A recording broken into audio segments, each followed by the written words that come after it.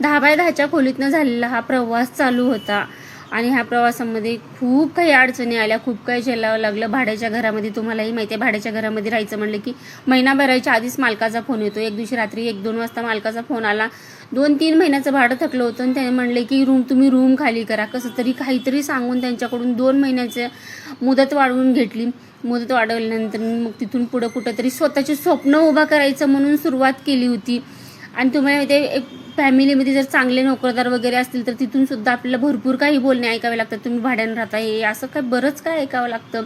त्यात मुलांचा खर्च, 6 माणसाचं कुटुंब होतं आणि 6 माणसाच्या कुटुंबामध्ये म्हटलं तर एकट्या माणसाच्या पगारावर काही सुद्धा भागत नाहीये. मग तिथून मी स्वतः ठरवलं की नाही, इथं थांबून नाही जमत, कारण आपल्या मुलांसाठी कारण काहीतरी करावंच लागणार. किती दिवस भाड्याच्या घरात राहणार आहे. मग तिथून पुढे मी असंच रील स्क्रोल करताना मला एक रील सापडली, कॉपी रायटिंग करायचं.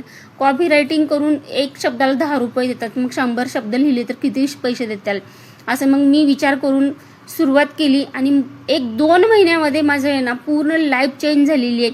2 महिन्यामध्ये मी 2 BHK फ्लॅट घेतला. इतकं सुंदर खुश आहे. जर तुम्हाला हे स्टार्ट करायचं असेल तर नक्की ही रील मला नक्की शेअर करा, DM मध्ये येस टाईप करा आणि फॉलो करून घ्या. मी तुम्हाला कॉपी रायटिंग करून पैसे कसे कमवायचे, स्वतःचे स्वप्न पूर्ण कसे करायचे सांगते.